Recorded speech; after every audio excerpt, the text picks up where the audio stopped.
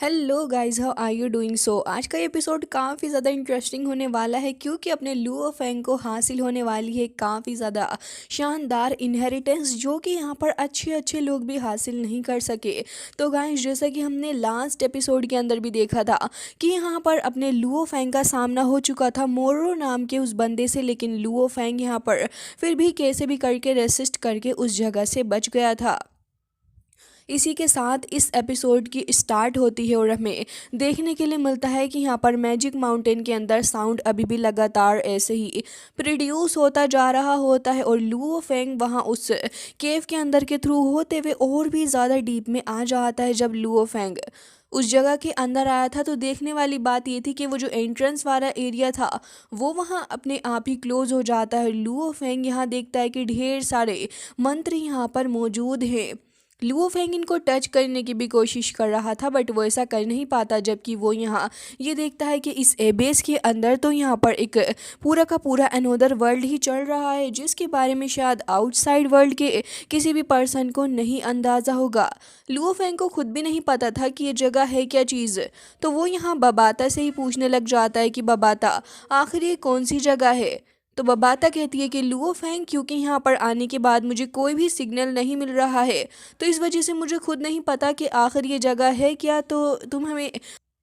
अब वो दोनों ये डिसाइड करते हैं कि क्यों ना ये थोड़ा आगे चल के देखें, क्योंकि अब तो यहाँ से जाने का एंट्रेंस भी बंद हो चुका है और बबाता कह रही थी कि लुओ फेंग, क्योंकि यहाँ का ये जो एंट्रेंस है वो भी वहाँ ब्लॉक हो चुका, तो अब मेरे पास कुछ भी नहीं समझ आ रहा है Luo Feng.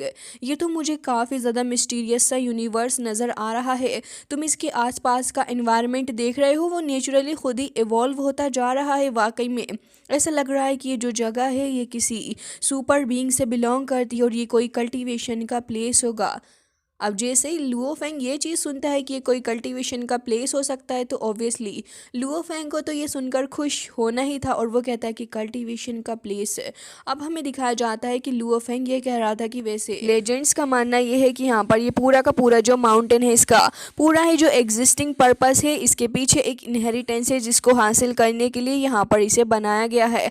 Letter virtual universe company corporation भी इस जगह पर अपीयर हुई थी और जैसे ही वो इस जगह पर अपीयर होने लगी तो उसके बाद ही यहाँ पर वो इनहेरिटेंस को ऑब्टेन करने के लिए आए थे। हालांकि यहाँ पर फोबिडन लैंड के अंदर ही वो इनहेरिटेंस मौजूद है और लुओ फेंग को ये सारी ही बातें याद आ जाती हैं और ये याद करते साथ ही लुओ फेंग कह रहा होता है कि तो इसका मतलब तो ये हुआ कि हम लोग उस फोबिडन प्लेस पे आ चुके हैं, उस इनहेरिटेंस के पास। तो बबाता कहती है कि बिल्कुल लुओ फैंग, तुम एकदम ही सही कह रहे हो। लग रहा है कि इस बार तुम बहुत ही ज़्यादा लकी हो चुके हो जो कि तुम्हें यहाँ पर इतनी अच्छी अपॉर्चुनिटी मिल गई, अदरवाइज़ तो ये अपॉर्चुनिटी यहाँ पर किसी को भी नहीं मिलती। और अब जब हम यहाँ पर आ गए हैं लुओ फैंग, हमें यहाँ से चलना चाहिए। और ये कहते साथ ही यहाँ पर लुओ फैंग आगे जाने के बारे में सोच रहा था, लेकिन तभी यहाँ पर उसे मोरो के बारे में याद आ जाता है कि यहाँ पर मोरो भी मौजूद है जो कि लुओ फेंग के फ्रेंड्स को हार्म कर सकता है। तो लुओ फेंग की फर्स्ट प्रायोरिटी असल में यही होनी चाहिए कि सबसे पहले मोरो को ही एक्सपोज किया जाए, बट अनइंटेंशनली लुओ फेंग ने जैसे ही अपना एक स्टेप आगे बढ़ाया था तभी यहाँ पर लुओ फेंग गलती से इस जगह की एक हिडन लेडर के ऊपर अपना पैर रख देता है। लुओ फेंग तो खुद भी शौक था ये कि उसके पैर के नीचे उसे लाइटनिंग क्या दिख रही है, बट जब वो उसे देखता जाता है तो धीरे धीरे करके उसको क्लैरिटी मिल चुकी थी कि असल में ये कोई लीडर नहीं है बल्कि पूरी की पूरी यहाँ पर इनहेरिटेंस हासिल करने के लिए एक रास्ता ही बना हुआ है। तभी यहाँ पर लुओ फेंग को सुनने के लिए मिलती है एक आवाज़ जिससे कि लुओ फेंग को उसकी सोल भी उसकी बॉडी से अलग महसूस हो रही थी। लुओ फेंग को ये आवाज़ बता रही होती है कि अगर तुम्हें इनहेरिटेंस को हासिल करना है तो अभी यहाँ पर तुम्हें दूसरों से अलग होना होगा, क्योंकि यहाँ पर जितने भी लोग आते हैं उनके साथ यही होता है। लुओ फेंग कह रहा था कि मैं यहाँ पर जितनी भी चीज़ों को सुन पा रहा हूँ, न जाने क्यों वो एक एक बात मुझे समझ आ रही है। लुओ फेंग ये भी समझ जाता है कि इस जगह पे अगर आगे बढ़ना है तो यहाँ का इन्वायरमेंट और साथ ही यहाँ की जो चीज़ें हैं वो एक्सट्रीमली हार्श लुओ फेंग के साथ हो सकती हैं। लुओ फेंग को ये भी सुनने के लिए मिलता है कि बिलियंस ऑफ ईयर्स से यहाँ पर कुछ इमॉर्टल गॉड्स आते रहे हैं एक के बाद एक, लेकिन उनमें से आज तक कोई भी इस इनहेरिटेंस को हासिल ना कर सका। अब इमॉर्टल गॉड हैं तो ऑब्वियस सी बात है कि वो पावरफुल तो होंगे ही, लेकिन फिर भी इसके अलावा शायद यहाँ पर कोई और ट्रेट भी है जिसकी वजह से यहाँ ये इनहेरिटेंस किसी लकी पर्सन को ही मिलेगी। लुओ फेंग इस चीज़ को देख रहा होता है और कह रहा था कि लग रहा है कि अभी इसे हासिल करना ही पड़ेगा लुओ फेंग को। अपनी आंखों के सामने दिख रहे होते हैं ढेर सारे लोग जो कि यहाँ पर इस इनहेरिटेंस को हासिल करने के लिए आए थे, लेकिन असल में यहाँ पर वो राख में ही बदल कर रह जाते हैं और उसके बाद उन्हें कुछ भी हासिल भी नहीं होता। लुओ फेंग के ऊपर से वो प्रेशर अब हट जाता है और लुओ फेंग एक सेफ इन्वायरमेंट में वापस से आ चुका था। लुओ फेंग कह रहा होता है कि इमोर्टल भी इस जगह से कुछ हासिल ना कर सके, लेकिन फिर भी मुझे यहाँ पर ये ट्राई तो करना ही होगा क्योंकि मुझे अपने फ्रेंड्स को भी बचाना है और फ्रेंड्स को बचाने के लिए ऑब्वियसली लुओ फेंग को इस जगह से बाहर तो निकलना ही होगा। जिसके बाद लुओ फेंग ठान लेता है कि उसे आगे बढ़ना होगा और तुरंत ही जैसे ही वो एक कदम आगे बढ़ाता है तो उसके अंदर एक अलग ही करेज आ चुका था। लुओ फेंग नोटिस करता है कि यहाँ पर तो काफ़ी हलचल हो रही है, लेकिन कुछ भी उसकी समझ से बाहर है कि आखिर यहाँ पर चल क्या रहा है और वो इनहेरिटेंस उसे कहाँ मिलेगी। लुओ फेंग को एक बार फिर से यहाँ झटका सा लगता है और वो यहाँ नोटिस करता है कि लुओ फेंग को इनहेरिटेंस हासिल करने के लिए आगे बढ़ना होगा। तो अब वो जैसे ही अपना पहला कदम उस जगह पर रखता है तो यहाँ की हार्शनेस उसे शो होने लग जाती है। असल में एक कदम बढ़ाते साथ ही उसे इतना ज़्यादा प्रेशर फील होता है अपने ऊपर, लेकिन फिर भी लुओ फेंग उसे बर्दाश्त करता है एक वॉरियर की तरह और यहाँ पर वो डिसाइड करता है कि वो इसे हासिल करके ही रहेगा। लुओ फेंग को यहाँ पर मौजूद इनहेरिटेंस भी अपनी तरफ बुला रही होती है और वो लगातार यही कह रही थी कि इनहेरिटेंस को एक्सेप्ट कर लो, इनहेरिटेंस को एक्सेप्ट करना ही तुम्हारे लिए अच्छा रहेगा। लुओ फेंग को अपनी चारों ही तरफ से जब ये चीज़ सुनाई पड़ रही होती है तो लुओ फेंग भी डिसाइड करता है कि वो आगे जाएगा। दूसरी तरफ ऊका और साथ ही रोंगजुन को देखते हैं, दोनों ही टीममेट्स साथ में खड़े हुए थे। तभी यहाँ पर अपने रोंगजुन को लगता है कि कोई वहाँ तो आ रहा है, तो वो तुरंत ही कहता है कि वहाँ कौन है। तभी वहाँ पर मोरो आ जाता है अपनी क्रीपी सी शक्ल लेकर, कह रहा होता है कि अरे वाह तुम दोनों तो लकी हो, देखो ये मैं हूँ। तभी यहाँ पर ऊका कहने लग जाती है कि अच्छा तो ये तुम हो। तो वो कहता है कि हाँ ये मैं ही हूँ। तो ऊका उससे पूछने लग जाती है तो क्या तुम्हें ब्रांड के बारे में कुछ पता चला है कि वो कहाँ पर है, उसकी कुछ ट्रेसेस वगैरह। तभी वो कहता है कि पहले ही यहाँ पर इन मैजिकल बीस्ट से बच के निकलना इतना ज़्यादा इनफ है, मैं यहाँ पर कहाँ ही उसके ट्रेसेस को ढूंढ पाऊंगा। और कह रहा था कि ऑलरेडी इस मैजिक माउंटेन के अंदर सरवाइव करना ही बड़ी बात है। रोंगजुन एंड ऊका दोनों ही वहाँ पर मौजूद थे तो वो उन दोनों को एक साथ देखकर ये डिसाइड करता है कि एक साथ इनको ख़त्म करना थोड़ा मुश्किल हो सकता है। तो वो अपने खुद के ही दिमाग से कहता है कि लग रहा है कि ये जगह काफ़ी ख़तरनाक है, लेकिन हमें ब्रांड को भी ढूंढना है। तो फिर मुझे लगता है कि यहाँ पर हमें जल्द से जल्द सेपरेट हो जाना चाहिए, क्योंकि अगर हम सेपरेट हो जाएंगे तो फिर काफ़ी आसानी से उसको ढूंढ पाएंगे। जिसके बाद रोंगजुन एंड ऊका दोनों ही उसकी बात मान के वहाँ से जा ही रहे थे, लेकिन रोंगजुन काफ़ी ज़्यादा शार्प था और तुरंत ही यहाँ पर वो नोटिस करता है कि असल में यहाँ पर इस बंदे मोरो के जो शोल्डर है उसके ऊपर लुओ फेंग के वेपन के कुछ निशान है और उसे समझ आ जाता है कि ये बंदा कुछ ठीक नहीं है, बल्कि वो यहाँ पर इन लोगों को ही पागल बना रहा है और इसका कुछ ना कुछ ताल्लुक ज़रूर से ही है इन सारी ट्रेजेडीज़ थे। तो वो यहाँ पर अपनी ऊका को भी बोल देता है कि ऊका हमें थोड़ा केयरफुल रहना होगा। तो वो मान जाती है उसकी बात को और दोनों ही काफ़ी तेज़ी के साथ वहाँ से चले जाते हैं। जैसे ही वो वहाँ जाते हैं तो अब यहाँ पर मोरो एक क्रीपी स्माइल पास करते हुए तुरंत ही उनके पीछे पीछे चला जाता है। लेकिन देखने वाली बात ये थी कि ये दोनों ही काफ़ी शातिर थे और ये वहाँ से गए ही नहीं थे, बल्कि ये यहाँ से जाने का बस नाटक कर रहे थे। जिसके बाद दूसरी तरफ लुओ फेंग को देखते हैं, जो कि अब एक एक कदम को काफ़ी ज़्यादा हिम्मत से आगे बढ़ा रहा होता है। लेकिन लुओ फेंग को बहुत ज़्यादा परेशानी हो रही थी आगे कदम करने के लिए भी। इवन वो अब यहाँ एक कदम और आगे नहीं चल सकता था, क्योंकि लुओ फेंग को यहाँ से आसपास से काफ़ी ज़्यादा डिमोनिक साउंड आ रहा होता है, जो कि उसकी कॉन्शियसनेस के ऊपर हमला कर रहा था। लुओ फेंग इस पेन को सहन नहीं कर पा रहा होता और कह रहा होता है कि ऐसा लग रहा है कि जैसे कि मेरी कॉन्शियसनेस ही मुझसे दूर जा रही है। तभी बबाता कह रही होती है कि लुओ फेंग अगर यहाँ पर हमें उस इनहेरिटेंस को हासिल करना है तो फिर तुम्हें आगे जाना ही होगा, और मुझे ऐसा लग रहा है कि तुम्हारा मेंटल लेवल भी इम्प्रूव कर रहा है। तुम यहाँ आगे बढ़ते रहो तो लग रहा है कि तुम यहाँ पर उस इनहेरिटेंस को हासिल कर पाओगे। लुओ फेंग थक चुका होता है, वो आगे नहीं बढ़ पा रहा था, लेकिन फिर भी बबाता की बातें उसे मोटिवेट कर रही होती हैं। तो अब लुओ फेंग 2-4 स्टेप्स और लेता है, लेकिन अब और नहीं। वो वहीं पर बैठ जाता और कह रहा था कि नहीं, अब मैं अपनी लिमिट्स तक पहुंच चुका हूँ बबाता, इससे ज़्यादा मैं नहीं कर पाऊंगा। और तुरंत ही वहाँ पर जैसे ही वो एक कदम पीछे करता है तो लगातार तीन चार कदम वो पीछे हट गया था। बबाता समय पर नहीं आकर उसे रोकती तो फिर शायद लुओ फेंग काफ़ी पीछे चला जाता। फिर बबाता उसे संभालती और लुओ फेंग से कह रही थी कि लुओ फेंग, अभी हमें यहाँ पर 3,333 स्टेप्स को अभी तय करना है और तुमने सिर्फ अभी 1,066 स्टेप्स ही पूरे किए हैं, चलो जल्दी चलो। और फिर लुओ फेंग को यहाँ पर पुश कर रही होती और कह रही थी कि लुओ फेंग, वो ट्रीजर अगर हासिल हो गया तो तुम्हें नहीं पता कि हमारा कितना फ़ायदा होने वाला है। लुओ फेंग बबाता की बात मानता और अपनी डीमन क्लाउड वाइन का इस्तेमाल करते हुए तुरंत ही यहाँ उन्हें आगे बढ़ा देता है इनहेरिटेंस को हासिल करने के लिए। देखना यह था कि यहाँ पर ये जो इनहेरिटेंस मौजूद थी वो यहाँ लुओ फेंग की इन डीमन क्लाउड वाइन का इस्तेमाल करने के बाद भी वहाँ नहीं आती, बल्कि यहाँ पर वो तुरंत ही वहाँ से गायब हो जाती है। जिसके बाद तो अब यहाँ पर बबाता तुरंत ही अपने उसी एआई इंटेलिजेंट को निकालती, उसे तुरंत नीचे को फेंक देती है। बट यहाँ पर उसे कुछ नहीं हुआ था। बबाता कहती है कि लग रहा है कि ये और मैं यहाँ पर एकदम ही सेफ है लुओ फेंग, और तुम्हें खुद ही आगे जाना होगा।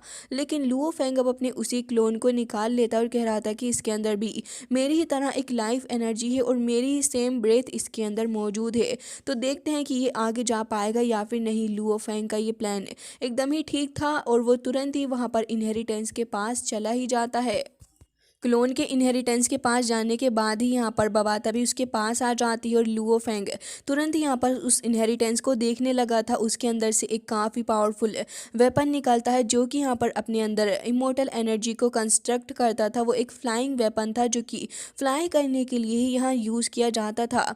बबाता इसे देखकर कह रही होती है कि लुओ फेंग, इसका प्राइस 1 या फिर 2 मिलियन हो सकता है और ये वाकई में काफ़ी ज़्यादा अच्छी चीज़ हमारे लिए है। साथ ही वो लुओ फेंग से कह रही होती है कि लुओ फेंग, तुम्हें पता भी है कि इसे बेचकर तो हम यहाँ पर पूरा का पूरा एंटायर माउंटेन ही खरीद सकते हैं। और लुओ फेंग, अब तो हमारी चांदी ही चांदी हो चुकी है।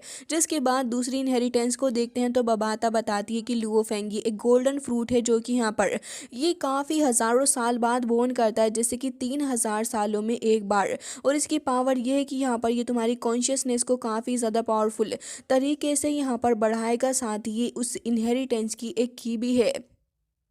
लुओ फेंग इसे देखने लग जाता और फिर तुरंत ही उसे एब्जॉर्व करने के लिए वहाँ बैठ गया था।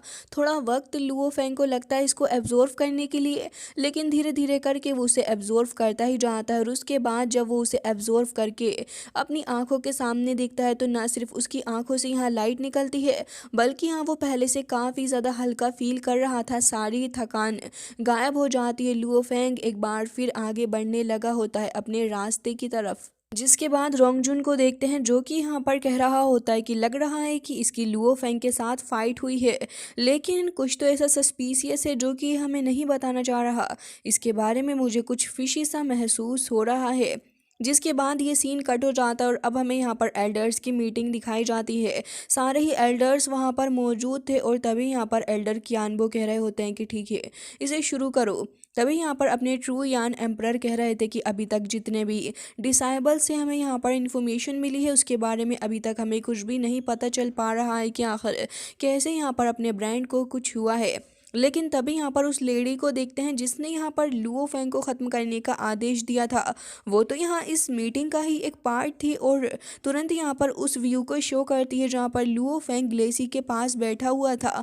और ये सीन देखकर ऐसा लग रहा होता है कि कहीं ना कहीं लुओ फेंग ने ही शायद ग्लेसी को ख़त्म कर दिया है, क्योंकि लुओ फेंग ट्रू यान एम्परर का डिसाइबल था। तो वो ये देखने के बाद काफ़ी ज़्यादा हैरान होते हैं कि आखिर लुओ फेंग ऐसा कैसे कर रहा है।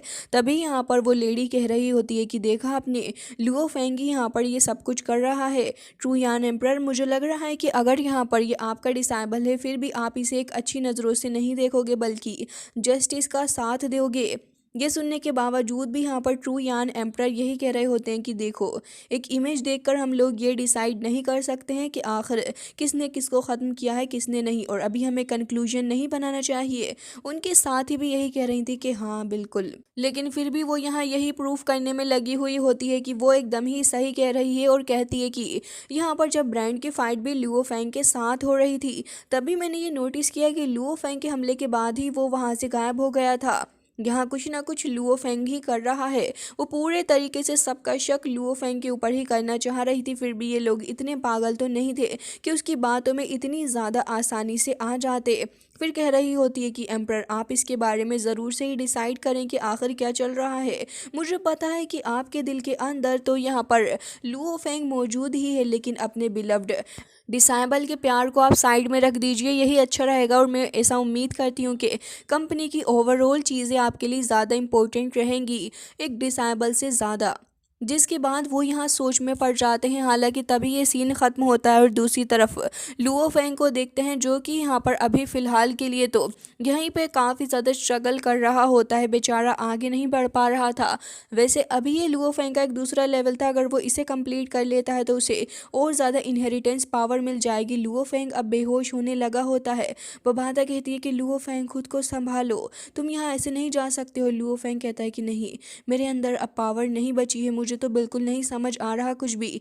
बबाता उसे उठाकर खड़ा करती है और कह रही थी कि वो फेंग यहाँ पर तुम्हारी स्ट्रेंथ काफ़ी ज़्यादा बढ़ चुकी है, तुम जैसे जैसे एक एक लेवल को कंप्लीट करते जाओगे वैसे ही तुम्हारी स्ट्रेंथ पहले से भी काफ़ी ज़्यादा स्ट्रांग होगी। एक बार फिर हिम्मत करो लुओ फेंग, तुम कर सकते हो। जिसके बाद लुओ फेंग उसकी बात मानता है और एक बार फिर वो जैसे ही अगला कदम रखता है, वो उसके लिए बहुत ज़्यादा मुश्किल हो चुका था, उसे चक्कर भी आ रहे होते हैं, फिर भी अपनी सारी चीज़ों को साइड करके लुओ फेंग जब अपना कदम इस जगह पर रखता है तो इस बार देखने के लिए मिलता है कि लुओ फेंग अल्टीमेटली इस जगह को क्रॉस कर चुका था और इस इनहेरिटेंस को भी लुओ फेंग ने हासिल कर लिया होता है। दूसरी तरफ सीन कट होता है और हमें देखने के लिए मिलता है कि यहाँ पर वही लेडी वापस से अपने टेम्पल के अंदर आ चुकी होती है और वो यहाँ पर अपने जर्नल से कह रही होती है कि मैंने मोरो को भेज दिया है उस जगह पर और वहाँ पर ब्रांड भी मौजूद है। तो गाइज अब आपको ये सुन के काफ़ी खुशी हो रही होगी कि अपना ब्रांड अभी जिंदा है। तो अभी वो यही कह रही होती है कि मैंने वहाँ मोरो को भेजा है और मोरो जैसे ही उसको ख़त्म करे तुम उसे रिकॉर्ड कर लेना और अभी के लिए हमारे लिए इतना ही काफ़ी रहेगा। जिसके बाद यहाँ पर वो ये भी कहती है कि अच्छा सुनो, जब तुम इस चीज़ को रिकॉर्ड कर लो तो उसको भी वहीं पर ख़त्म कर देना। और ये कहते साथ ही वो बंदा तो उसका ऑर्डर लेके वहाँ से गायब हो जाता है। लेकिन तभी यहाँ पर देखते हैं लुओ फेंग को, जो कि अब उस जगह से टेलीपोर्ट हो जाता है और तभी ट्रू यान एम्प्रर के लिए वो एक मैसेज लिखता है और कह रहा था कि टीचर मैं यहाँ पर एकदम ही ठीक हूँ, मोरो ने मेरे अगेंस्ट काफ़ी ज़्यादा प्लॉटिंग की है और असल में ग्लेसी की डेथ भी उससे ही रिलेटेड है। उम्मीद करता हूँ कि टीचर्स आगे इन्वेस्टिगेशन करेंगे और उसके अगेंस्ट एक्शन ज़रूर से ही लेंगे। अब लुओ फेंग जैसे ही अपनी सेंस का इस्तेमाल करता है तो वो महसूस करता है कि वो पहले से बहुत ही ज़्यादा स्ट्रॉन्ग हो चुका है, उसकी मेंटल पावर काफ़ी शार्पन हो चुकी है। मैजिक बीस्ट का साउंड और वेव वो काफ़ी अच्छे से महसूस कर पा रहा है और यहाँ पर उसे कहीं ना कहीं अपने ब्रांड की भी ब्रेथ महसूस हो रही होती है। ये सीन तो यहाँ पर कट ही हो जाता है, लेकिन दूसरी तरफ हमें देखने के लिए मिलता है कि मोरो को भी यहाँ पर ये चीज़ पता चल चुकी होती है कि उसे ब्रांड की तरफ जाकर उसे ख़त्म करना है। तो वो तुरंत ही वहाँ से फ्लाई करते हुए आ जाता है। वो यहाँ पर अपने ऊपर एक टाइप का कवच लगा के आया होता है जिससे कि आसपास की चीज़ें उसे सेंस ना कर सकें, यानी कि कोई भी लोग। तभी यहाँ पर हमें दिखाया जाता है काफ़ी ज़्यादा डार्क सी प्लेस, उस जगह पे काफ़ी रेड टाइप की रोशनी भी हमें देखने के लिए मिल रही थी। यहाँ पर हमें देखने के लिए मिलता है ब्रेंड जो कि बहुत ज़्यादा घायल हो चुका था, उसे देख कर लग रहा होता है कि बेचारा बहुत ज़्यादा सफ़र कर चुका है और अब शायद वो अपनी डेथ का ही इंतज़ार कर रहा है। मोरो ये देख कर कहता है कि इसे तो बहुत ही बुरे तरीके से यहाँ इंजर्ड किया गया है। इवन मैजिक साउंड जो कि इतना ज़्यादा परेशान करता है वो भी यहाँ इसे अफेक्ट नहीं कर रहा, लग रहा है कि अपने आप को पूरे तरीके से लॉस्ट कर चुका है इस जगह पर। और अब जब ये जीनियस यहाँ ख़त्म हो जाएगा तो इसका सो कॉल्ड टाइटल तो मेरा ही होने वाला है। और अब वो जैसे ही ये बात कहता है तो तुरंत ही मुस्कुराते हुए आगे बढ़ने लगा था। वो अपने वेपन को निकाल लेता है और उसी जगह पर खड़े होकर काफ़ी तेज़ी से आगे बढ़ता है अपना वेपन लेकर हमला करने के लिए अपने ब्रांड के ऊपर। बेचारा ब्रांड तो अब इतना ज़्यादा पूरे तरीके से हताश और साथ ही बिल्कुल पावरलेस हो चुका होता है कि अब उसके ऊपर कोई भी हमला करे या फिर कुछ भी करे वो पलट के कोई हमला करेगा ही नहीं। इस जगह पर आने के बाद उसकी हालत कुछ ऐसी हो चुकी है, जैसे ही ये बंदा मोरो आगे जा रहा था तभी वहाँ रोंग जुन की स्वॉर्ड आ जाती है जो कि तुरंत ही मोरो के ऊपर हमला करके उसे पीछे हटाती है। मोरो ये देखकर शॉक्ड था कि आखिर ये सडनली क्या हुआ है। तभी ऊका भी उसके सामने आ जाती है और हमें पता चलता है कि ये दोनों तो शुरुआत से ही इसको फॉलो करने लगे थे जब से इन्हें इसके ऊपर शक हुआ था। तभी ऊका उससे कह रही होती है कि तो इसका मतलब तुम यहाँ पर इसके ऊपर हमला करने के लिए जा रहे थे, है ना। लेकिन अब वो फिर से एक बार फिर बहाना बनाता हुआ कह रहा था कि नहीं भाई, मैं भला इसके ऊपर क्यों ही हमला करूंगा, मैं तो बस चेक कर रहा था और इसे उठाने की कोशिश कर रहा था। लेकिन तभी यहाँ पर अपना रोंगजुन कहता है कि तुम बस प्रिटेंड करना बंद ही कर दो। तुमने यहाँ पर जानबूझकर ग्लेसी की भी हत्या कर दी और उसका इल्ज़ाम भी लुओ फेंग के ऊपर रखा। और उसके बाद वो अपनी स्वॉर्ड को तुरंत ही पकड़ लेता है और काफ़ी गुस्से से देख रहा होता है मोरो को ही, क्योंकि इसी की वजह से तो यहाँ पर इतनी सारी चीज़ें हो चुकी हैं। और अब वो पूछ रहा होता है कि आखिर तुम यहाँ पर ये सब कुछ कर ही क्यों रहे हो। मोरो को समझ आ चुका होता है कि दोनों ही वॉरियर्स बहुत ही ज़्यादा ख़तरनाक वाले गुस्से में आ चुके हैं और अब वो इसे बिल्कुल नहीं छोड़ेंगे। तो मोरो तुरंत ही वहाँ से झटके से एकदम गायब हो जाता है और ये दोनों की आंखों के सामने से ओझल हो चुका था। तभी यहाँ धोखे से आके वो ऊका के ऊपर हमला करता है। ऊका भी यहाँ पर ब्लड वॉमिट करने लगी थी एंड वाकई में ये बंदा है तो बहुत ही ज़्यादा शातिर। सो गाइज, इसी के साथ आज का ये एपिसोड हो जाता है एंड आई होप कि आपको पसंद आया होगा। एंड कैसा लगा है आज का एपिसोड प्लीज़ कमेंट करके ज़रूर से ही बताइएगा। मिलते हैं नेक्स्ट वीडियो में, तब तक के लिए bye bye, take care of your self.